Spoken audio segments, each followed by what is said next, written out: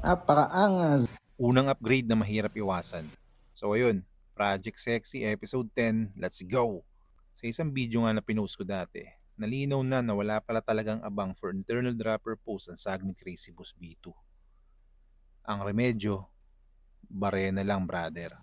Hindi pumasok sa isip ko ang bumili pa ng external dropper. Sayang kasi yung pera, doble gastos pa. Eto lang talaga ang solusyon, barena lang brother. Laging bida ng airpot ko na skilled worker siya, kaya sa kanya ako nagpatulong. Pagkalagay ko ng ginupit na duct tape sa bahagi na bubutasan, tinandaan na ni Earps gamit ang pako at martilyo. Eto ang magsisilbing guide sa barena. Yung maliit na bala lang muna ang ginamit. Bubutasan lang para maging guide naman sa mas malaking drill bit. Yung magkakasya ng cable housing. Yun. Swabe lang.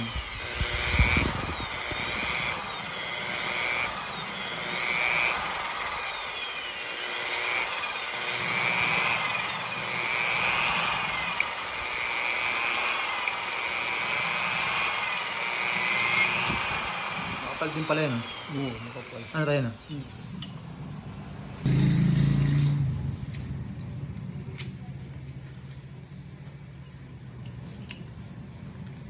Wala lang ah.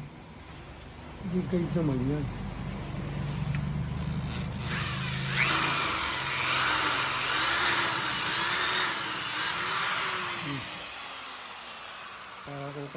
Nasaan yung kable?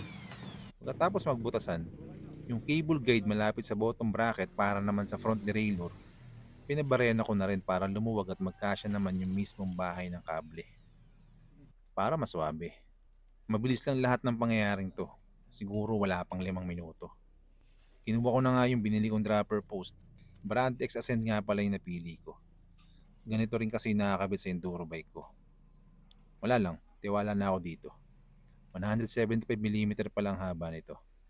Nung pinapalusot ko na yung cable housing sa binarya ng butas, dito ko naisip na nakalimutan ko palang ibilin sa tatay ko na ianggulo ng bahagya ang butas para maswabe. Pumasok din naman, hassle nga lang. Ayun, tinapos ko na nga ikabit yung dropper post.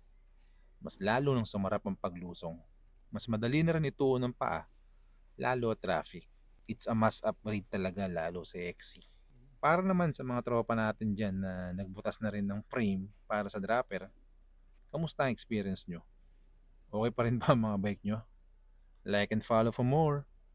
Episode 11, minamadali na. Napakaangas.